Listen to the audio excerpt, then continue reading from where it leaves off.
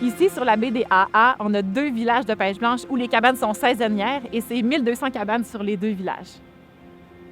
L'activité de pêche blanche sur le fjord du Saguenay, c'est une activité qui est très populaire, mais qui est aussi dépendante de la météo, dépendante des changements climatiques. Donc, on sait que c'est une activité qui est appelée à s'adapter avec le temps.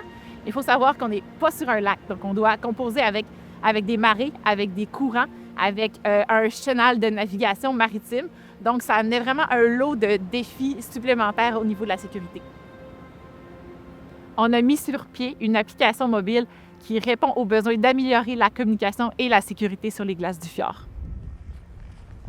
Moi, en tant que commerçant, j'avais beaucoup d'enjeux là, vis-à-vis surtout l'information là, des utilisateurs, donc des pêcheurs, qui venaient d'un peu partout. Là. Souvent, on avait de l'information de toutes sortes, là, non officielles, qui sortaient sur les réseaux sociaux. Donc, nous, on était beaucoup sollicités au magasin sur la qualité des glaces, la qualité des ponts, plein d'enjeux différents que les pêcheurs nous posaient comme questions. Ça prenait beaucoup de notre temps, mais aussi, on ne voulait pas non plus devenir responsable de la sécurité des gens. Il y a des enjeux de sécurité, on en a à chaque année, mais beaucoup moins depuis qu'on a l'application. Les gens peuvent s'orienter sur les glaces, ce qu'il n'y avait pas avant. Fait qu'on voit beaucoup, là, il y a beaucoup moins de monde qui sont à risque, beaucoup moins de monde qui vont dans la zone interdite, qui nous est demandé par la garde côtière.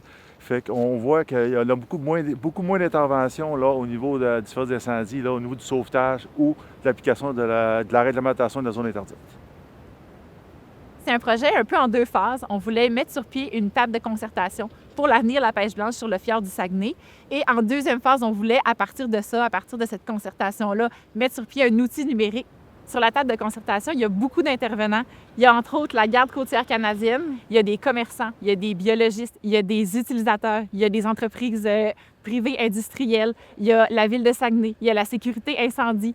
Il y a vraiment toute une panoplie de gens qui ont intérêt sur le fjord. Le projet a bien fonctionné. On voit qu'il y avait beaucoup de monde autour de la table, de différents métiers, différents organismes. Fait qu'une concertation de plusieurs expertises a fait en sorte que l'application a été un succès, évidemment. En tant que pêcheur, ça a vraiment changé mes habitudes.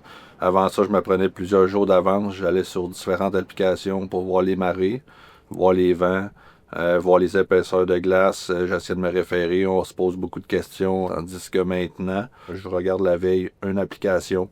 Je suis capable de tout voir. Donc pour moi, c'est vraiment un outil tout en un. Là. On sait que la pêche blanche, c'est une activité qui est appelée à s'adapter en raison des changements climatiques, mais c'est peut-être pas nécessairement toujours concret dans la tête des pêcheurs, des utilisateurs du fjord. Mais sur la carte de l'application mobile, on met à jour la date de la formation des glaces. Est-ce qu'il y a une section des glaces qui est partie? Est-ce qu'il y a un redout qui a causé une fissure?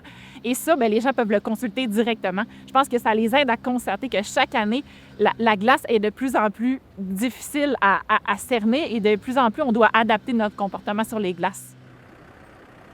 C'est sûr que l'application, au début, ça a créé un peu une vague de changement. Puis certaines personnes sont réticentes au changement. Et au début, ils ne comprenaient peut-être pas l'utilité. Mais avec les 2 années qu'on a eu, vraiment des gros changements climatiques, des embarquements plus difficiles, mais je pense que de plus en plus, les gens ont adhéré à ça puis sont habitués à consulter puis à avoir confiance aussi que c'est les bonnes informations. Le projet a super bien fonctionné parce qu'il répondait vraiment bien aux besoins, il répondait vraiment bien aux manques qu'il y avait pour la communauté de pêche blanche, c'est-à-dire un lieu numérique pour rassembler les informations sur la sécurité, sur tout ce qui se passe sur les glaces en un seul endroit clé en main. L'application mobile Glace du Fjord, c'est un concept qui est assez unique.